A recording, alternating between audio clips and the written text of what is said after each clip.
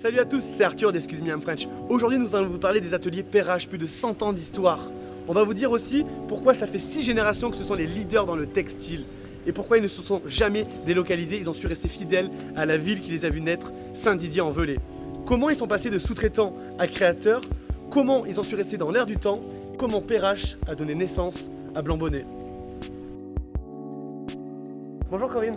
Bonjour Arthur. Est-ce que tu peux nous parler de qui tu es, de qu'est-ce que tu fais? Avec grand plaisir. Donc je suis la 6e génération à la tête des ateliers Perrache et par l'arrivée d'un atelier de tricotage et de confection, nous avons créé en 2008 notre marque Blanc-Bonnet. Blanc-Bonnet, c'est des bonnets, j'imagine que vous faites des bonnets 100% Made in France, il y a plusieurs étapes pour que le bonnet soit au top. C'est quoi ces étapes?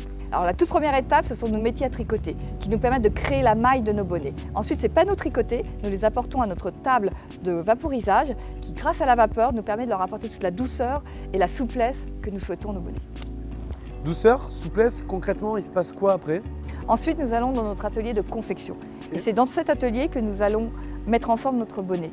Et nous allons pouvoir y apposer notre logo. Logo que nous aurons tissé, découpé au laser, de façon à avoir le maximum de précision pour pouvoir bien le coudre à la main.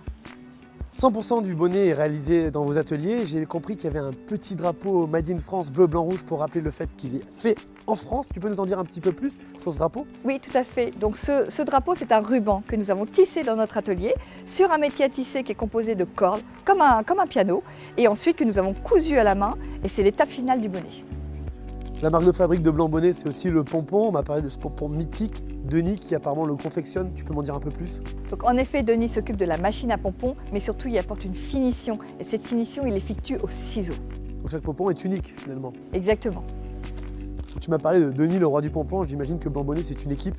Oui, c'est une équipe de passionnés qui travaillent ensemble depuis plus de 20 ans, à tel point que c'est devenu comme une famille, on se voit à l'extérieur. Par exemple, la dernière employée, elle est arrivée il y a combien de temps? Elle est arrivée il y a 20 ans. Et c'est pour toutes ces raisons que plus qu'un bonnet blanc, c'est un blanc bonnet.